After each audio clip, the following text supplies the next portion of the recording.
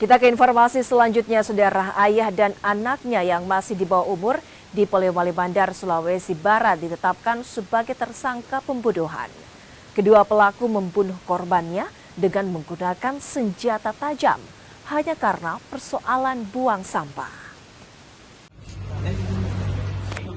Kepolisian Resort Polewali Mandar, Sulawesi Barat menetapkan 2 orang tersangka dalam kasus pembunuhan terhadap seorang notaris di Kecamatan Wonomulyo. Kedua tersangka masing-masing AH dan AD yang merupakan ayah dan anak. AD bahkan masih berstatus anak di bawah umur.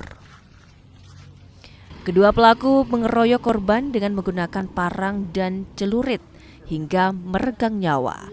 Motif pengeroyokan karena masalah sampah. Korban kala itu sempat menegur pelaku lantaran membakar sampah hingga asapnya masuk ke kantor korban sebulan sebelumnya.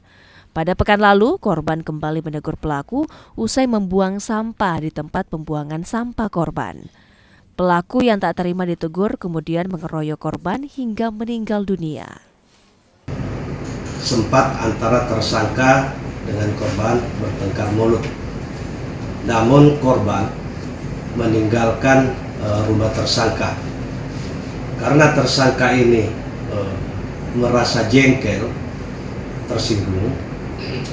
Kemudian tersangka AA masuk ke dalam rumahnya mengambil sebilah parang. Kemudian anak tersangka inisial AD juga ikut masuk mengambil celurit. Kedua pelaku jalani pemeriksaan intensif di Polres Polewali Mandar. Keduanya terancam hukuman maksimal 15 tahun penjara. Edwin Arwan Pitu, Kompas TV, Polewali Mandar, Sulawesi Barat.